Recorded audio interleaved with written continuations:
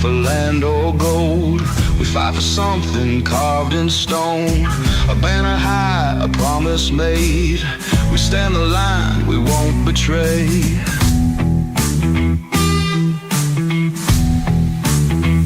This ground was claimed in fire and lead, paid in blood by the brave and dead. The voices whisper in the dust. Hold the line, stand strong, stand just.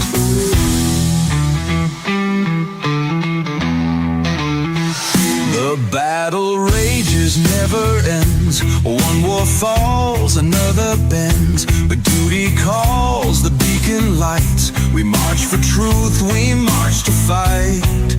The wind may howl, the stars may fade, but the oath we swore will never break. No turning back, no second breath. We hold this ground until our death.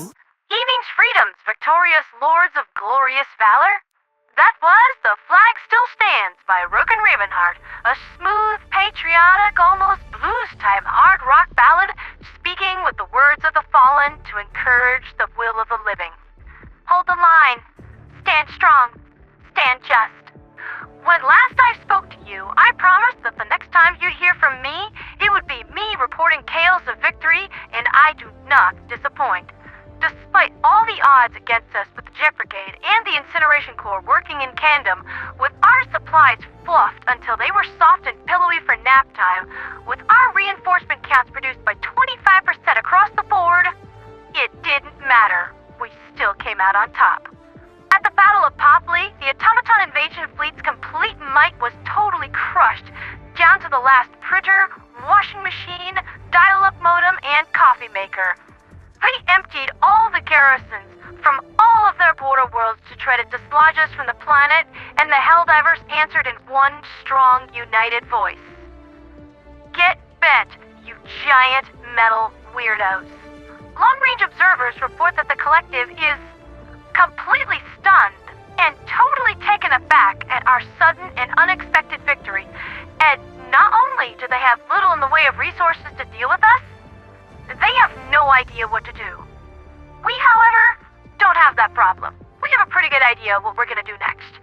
As my good friend, the Galactic War Channel, put it so well, the POPLI counteroffensive has begun. Reports coming in from the front lines indicate that, at the very least, Bekvam 3, Mort, Julheim, Ustotu, and Troost all sport 0% decay values, meaning the collective forces there are unable to reinforce their numbers, and any damage Helldiver teams inflict is gonna stick.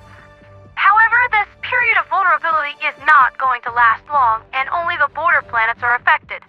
Enemy reinforcements are moving up to the Martar Bay, Martal, Charon Prime corridor, and the Jet Brigade factories on Aurora Bay are already whipping up a fresh batch of jump jet-equipped lunatics to come and give us a hard time. Even so, we have a unique window of opportunity here to take back a good number of planets within the Tsar, Nanos, and Trigon sectors, possibly even diving into the Andromeda sector if we can seize the initiative fast enough. As an aside, I was offered a promotion today to become a battalion commander within the Special Forces Demon Corps, operating in an advisory assisting role to T-Rex, a diver of high standing, immense talent, and impeccable leadership. Now, I don't believe in issuing orders, as every diver's deployment location is their own prerogative, but I will point things out and offer strategic advice like this. What I believe is the best course of action currently is the liberation of Julheim, Bekvam 3, Charon Prime, and then Martal. The enemy is plotting a counterattack, and if we can cut off their primary access corridor to the disputed area, they'll be forced to take a much longer, more circuitous route through the Emir sector, and we'll have an easier time claiming planets such as Pessa 4 and Virilia 5. I'm just gonna go ahead and make sure the Legion divers can't gain access to their mech factory stashed on Virilia 5. Yeah, I feel like a permanent garrison of elite Seraphim warriors with SFDC backup might be called for here. Valerian is about as maladjusted as a sewer pipe elephant rat. Dude's crazy, and he needs to go down.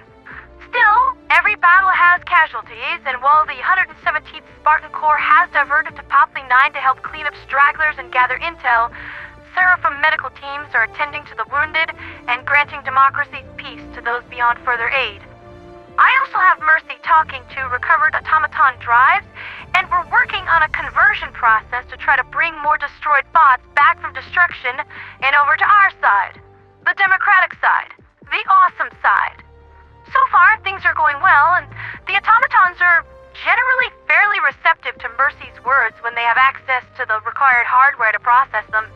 Last I heard, the few remaining automaton supercarriers that managed to escape the battle for POPLI are on their way back to either the Voltus sector, which that is going to be a very awkward conversation with the mainframe, or to Aurora Bay to pick up the jetpack kids from school. They'll be back, and we'll be here, waiting for them. That's been Liberty's Latest with me, Pandera the Radio Angel. That was truly a grueling campaign, and definitely not for the faint of heart. But the veterans of POPLI now likely stand equal to the fallen of Malevelon. While the early days of the Creek might have been our days of infamy, we're now bearing witness to our days of democratic glory. The Collective will never forget what was done here today. Good. Let them dwell on that the next time they think to march on Super Earth. For liberty, for freedom, for democracy, and for the Angelic Rebellion. Viva la Revolution Angelique!